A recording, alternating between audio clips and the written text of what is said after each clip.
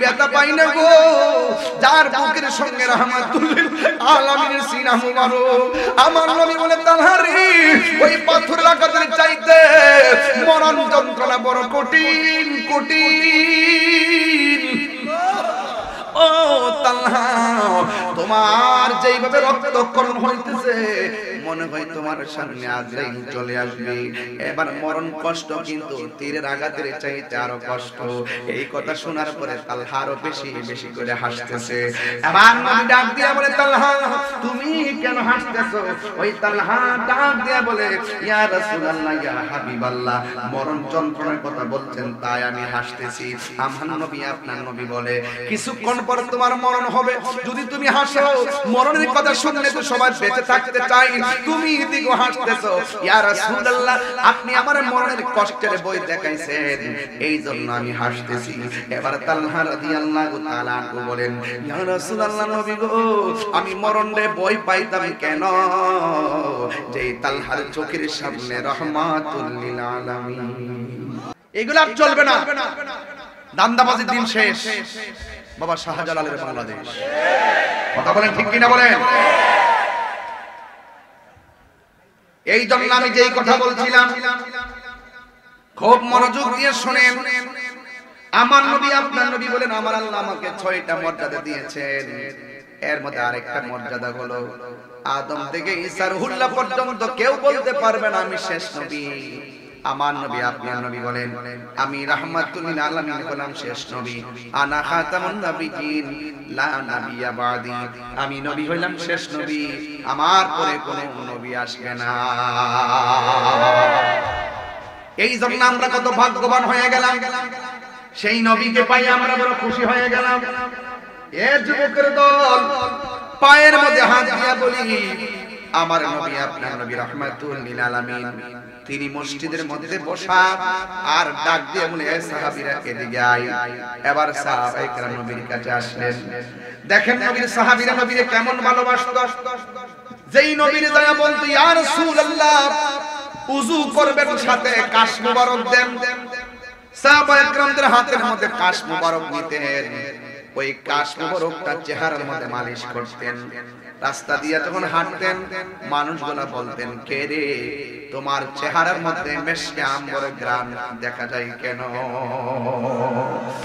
নবীর থুতু মুবারক থেকে মেশকে আম্বরের ঘ্রাণ বের হতো। নবী আমার ডাক দিয়ে বলে এ সাহাবী এদিকে আয়, তোমার হাতের মধ্যে পতাকাটা নাও।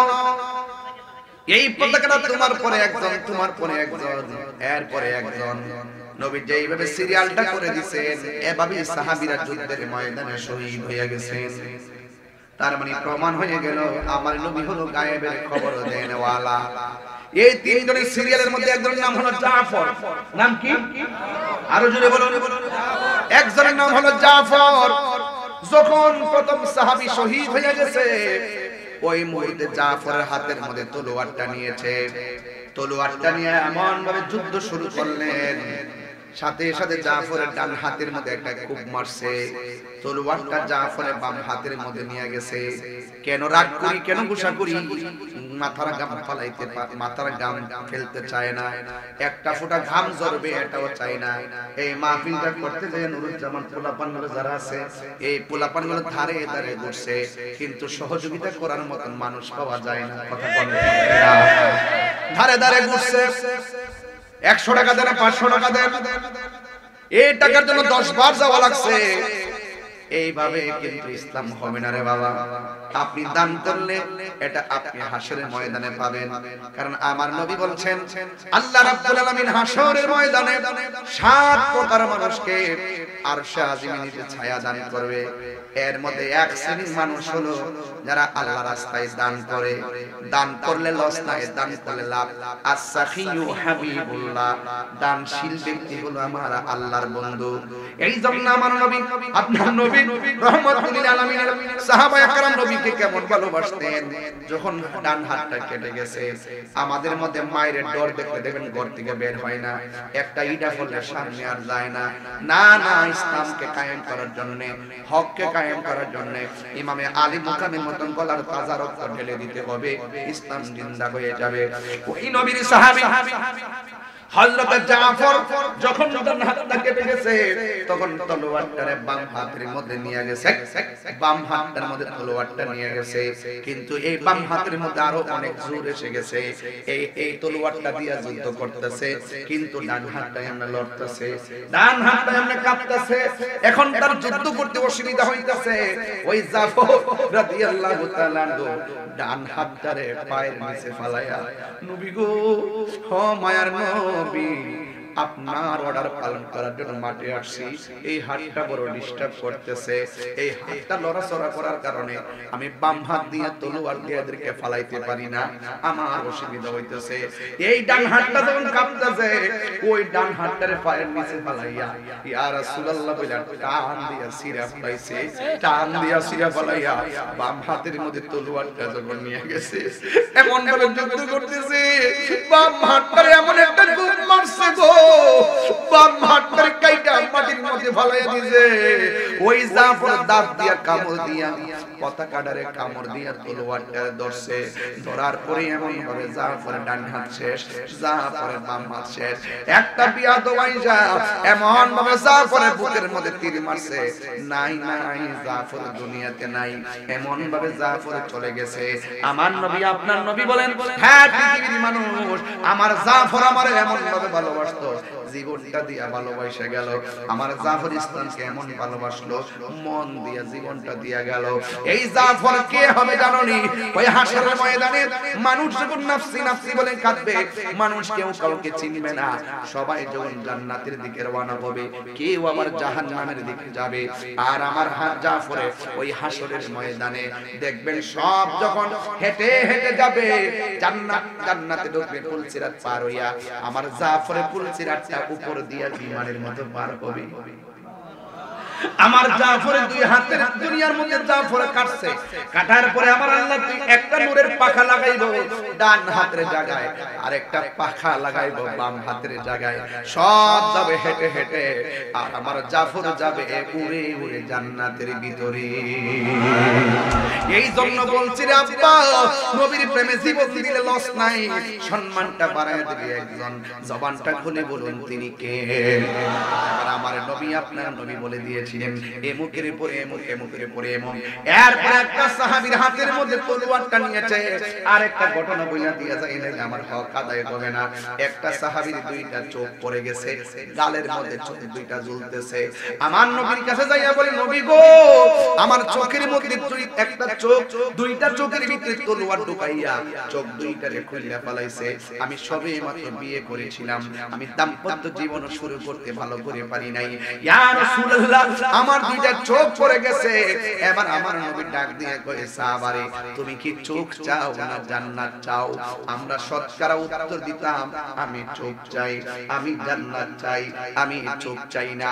কিন্তু নবীর সাহাবী যার নাম হলো কাতাদা, সে বলতেছে, ইয়া রাসূলুল্লাহ, ইয়া হাবিবাল্লাহ, আপনার নেতৃত্বে ইসলামের প্রথম যুদ্ধে আমি এসেছি, আমার চোখ দুইটা জ্বলে গেছে, আমি কিছুই দেখি না, মেহেরবানি করে আমার চোখ দুইটা আপনি ভালো করে দেন। এবার নবী তার ডাক দিয়ে বলে, ও কাতাদা, ও কাতাদা, তোমার আমি বললাম তুমি কি চোখ চাও না জান্নাত চাও? তুমি বললা চোখ চাই। পৃথিবীর সব মানুষ জান্নাতের পাগল, তুমি দি জান্নাত চাইলা না, তুমি দিগো চোখ চাইলা, তার কারণটা কি? ইন টাইমে ওই কাতাদা ডাক দিয়ে বলেন, ইয়া রাসূলুল্লাহ, চোখ দুইটা ভালো করে দেন, এরপরে আমি উত্তরটা দিব। এই কথা বলার পরে আমার নবী আপনার নবীর থুতু মুবারকটা সুপার গুলোর মতন সাইডে লাগাইয়া ঝুলন্ত চোখ দিয়া টান দিয়া নিয়ে চোখের গুড়ার মধ্যে বসাইছে। ওই কাতাদা ডাক দিয়ে, ইয়া রাসূলুল্লাহ, ইয়া হাবিবাল্লাহ, আমি আগে যেমন দেখি এখন তার চাইতে আরো দ্বিগুণ দেখি। নবী পাকের থুতু মুবারক লাগাই দিয়া চোখ দুইটা ঝুলানো চোখগুলা লাগাই দিয়েছে, চোখ হয়ে গেছে। এবার আমার নবী আপনার নবী ডাক দিয়ে বলে, কাতাদা, ও কাতাদা, তুমি দিগো চোখ চাইলা জান্নাত চাইলা না, কারণটা কি? ইয়া রাসূলুল্লাহ, যেই কাতাদা নবীর ভালোবাসে, যেই কাতাদার নবীর নেতৃত্বে যুদ্ধের মাঠে এসে চোখ বিসর্জন দেয় আর যেই কাতাদারে মায়া কইরা চোখ লাগায়া দেয় ওই নবীর সামনে জান্নাত আমার চাওয়া লাগবে না, জান্নাত আমার নেওয়ার জন্য পাগল হইয়া যাবে। দেখছেন নি সাহাবায়ে কেরামদের হিসাব কিতাবটা কি রে বাবা। এক যুবকের দল ঠিক এমন ভাবে একটা সাহাবী আমার নবী আপনার নবী রে বুকের বরাবর যখন তীর মাইরা দিছে ওই সাহাবীর নাম হলো তালহা। আমার নবীর জড়ায়া ধরছেন ওই মুহূর্তে আমার নবী বলে তালহা তুমি আমার ছাইরা দাও। এই মুহূর্তে তালহা ডাক দিয়ে বলি ইয়া রাসূলুল্লাহ আমার চোখের সামনে যদি আপনি নবীর বদন মোবারকে তীর মারেন আমি যদি দেইখা মরে যাই হাসরে ময়দান আমি কি জবাব দিব। এই জন্য আমি আপনারে জড়ায়া ধরছি যেন কেউ আপনার বদন মোবারকে পাথর মারতে না পারে, কেউ যেন আপনার বদন মোবারকে তীর মারতে না পারে। ইয়া রাসূলুল্লাহ নবী গো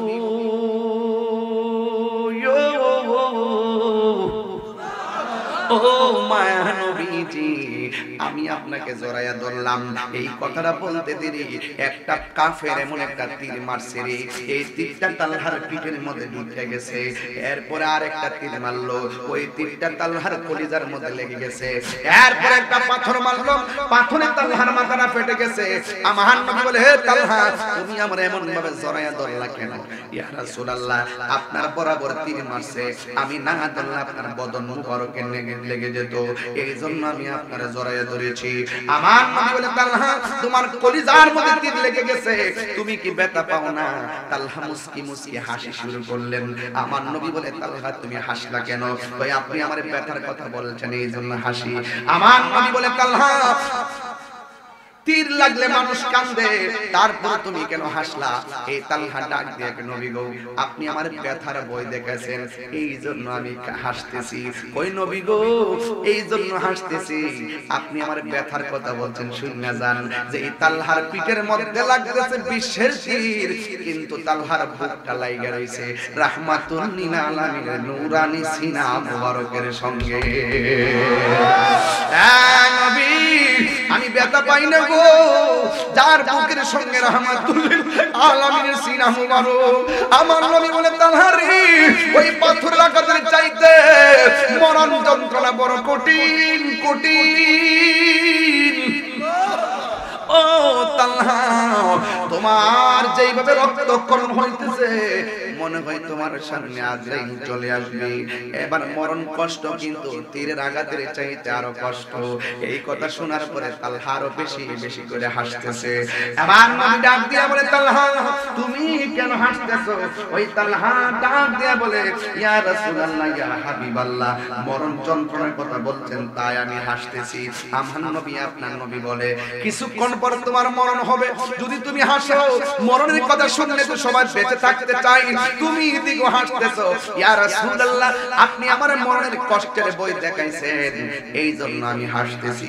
এবার তালহা রাদিয়াল্লাহু তাআলা আনহু বলেন ইয়া রাসূলুল্লাহ নবী গো আমি মরণে বই পাইতাম কেন?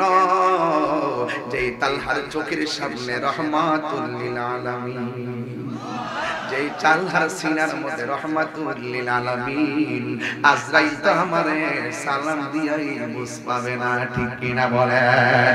এই জন্য নবীকে ভালোবাসলে সাহাবায়ে কেরামকে ফলো করে ভালোবাসতে হবে।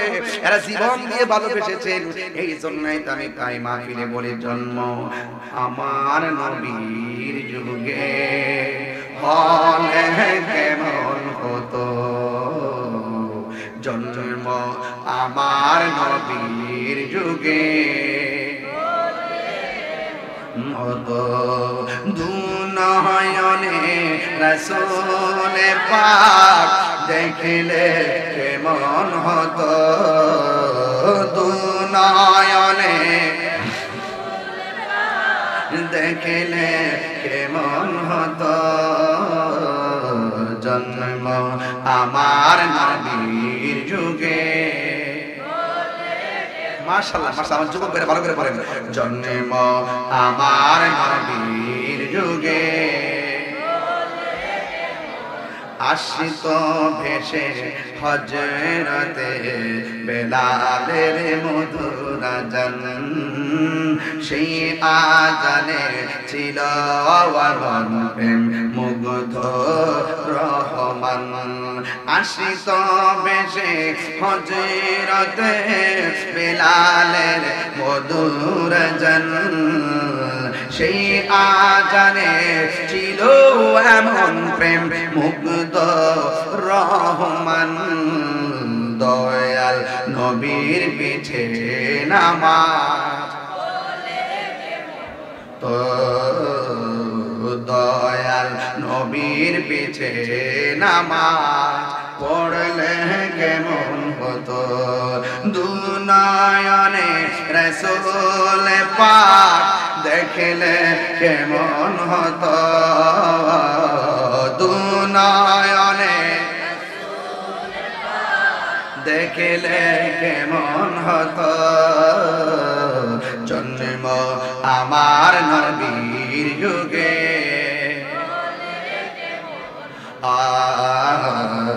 জন্ম আমার নবীর যুগে কেমন হতো জোরে জোরে কি আল্লাহু আকবার বলা যাবে না হায় রে তালহা বলে নবী গো নবী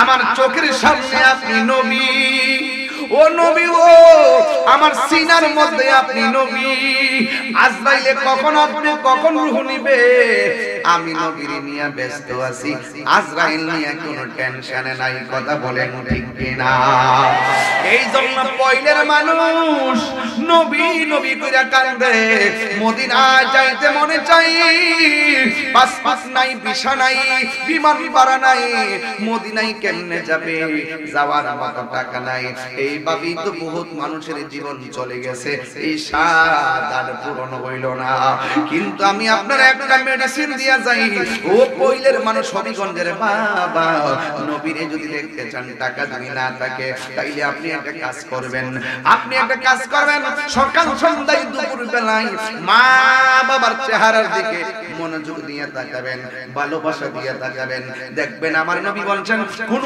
সন্তান যদি মা বাবার চেহারার দিকে নেক নজরে তাকায় আমার আল্লাহ তার আমলনামায় কবুল হজের সওয়াব দিয়া দেন এই জন্য তো আমার নবী বলে এই নবী বলেছেন বাবাকে তোমরা কাবা জানিও মদিনা জানিও মাকে যদি গো তারা বেঁচে থাকে ঠিক কিনা রে বাবা এরপর আরেকটা মেডিসিন দিয়া যাই ওই নবীর যদি দেখতে চান সুন্দর করে গোসল করবেন গায়ের মধ্যে সুগন্ধি লাগাবেন ওযু কইরা রাতের বেলা এশার নামাজ পড়া 40 দিন একটা কাম করা লাগবে আল্লাহুম্মা সাল্লি আলা মুহাম্মাদিন নাবিয়্যিল উম্মি ওয়া আলিহি ওয়া আসহাবিহি ওয়া বারাকা ওয়া সাল্লিম বিআদাদি কুল্লি শাইইন মালু মিল্লাত কামা তুহিব্বু রাব্বানা ওয়া তারদা এই দুরূদ শরীফটা আপনি পড়বেন 40 দিন রাতের বেলা শুইয়া যখন 40 দিন এই দুরূদ শরীফটা পড়বেন এই দুরূদ যদি আপনি নিয়মিত 40 দিন আদায় করেন কেমন হতে পারে এই পয়লের ভাঙ্গা ঘরে